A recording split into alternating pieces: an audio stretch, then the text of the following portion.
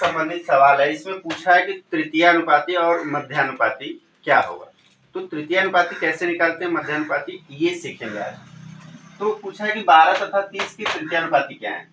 अगर इसको लगाना है तो सबसे पहले हम क्या करेंगे, मान लेते हैं 12 माना 12 तथा 30 का तृतीयानुपाती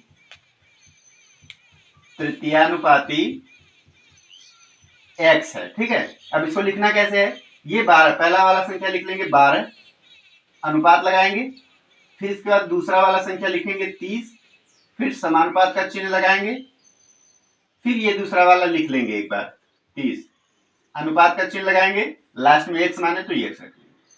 अब ये 12 का इसमें गुणा होगा और ये 30 का 30 में गुणा होगा, तो ये 12x लिख लेंगे, इसके बाद बराबर लगाएंगे, 30 गुणे 30 कर देंगे। तृतीयानुपाती निकालना तो ऐसे ही लिखना पड़ेगा। x का मान निकालना है तो ये हो जाएगा 30 गुणे 30, ये 12 गुणे में इधर आएगा, भाग में हो जाएगा। अभी हो जाएगा 6 25 30, 6 दूना 12, 2 से इसको काट दो 15, बचा क्या है 15 गुणे 5 यानी 75, 15 बचे 75, x का मान 75।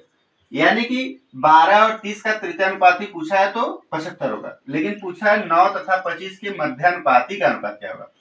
तो 9 और 25 का मध्यानुपाती कैसे निकालते हैं, 9 और 25 का मध्यानुपाती अगर ज्ञात करना है तो 9 को लिखना है, गुणे 25 लिखना है और रूट में लगा देना है। ठीक है, अब इसके बाद ये 9 का वर्गमूल कितना हो जाएगा 3, 25 का वर्गमूल कितना हो जाएगा 5, बाहर निकल गया तो ये हो जाएगा 3 25 15।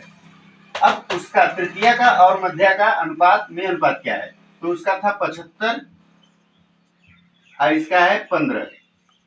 अब अनुपात क्या है इसमें हो जाएगा 15 पचे 75, 15 की 15 यानी कि 5:1, इसका आंसर होगा।